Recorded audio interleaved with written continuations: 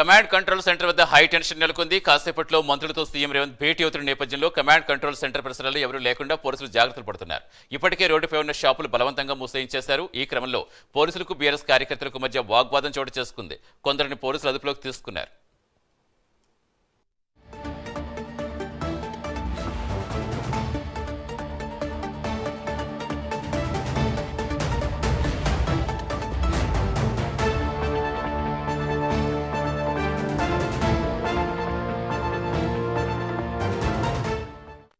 Command control centre వద్ద high tension నెలకొంది. ప్రస్తుత సమాచారం ఇచ్చేందుకు మా కరెస్పాండెంట్ చందు జనతర్. చందు, ప్రస్తుతం ఎలా ఉంది అక్కడ పరిస్థితి? బీఆర్ఎస్ నేతలు ఏం చెప్తున్నారు, పోలీసులు ఏమంటున్నారు?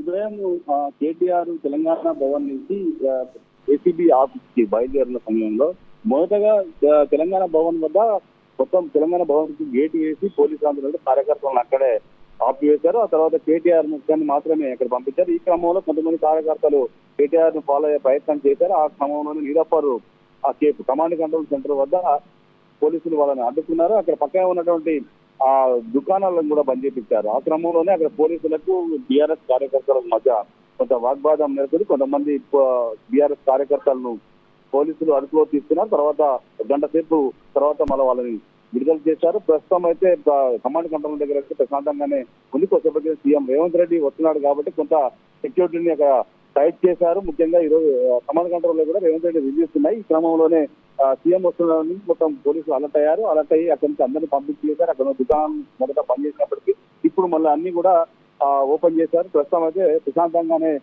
ఉంది. బీఆర్ఎస్ కార్యకర్తలను మాత్రం అటువైపు వెళ్ళకుండా పోలీసులు అయితే కట్టడి చేస్తున్నారు. Thank you Chandu.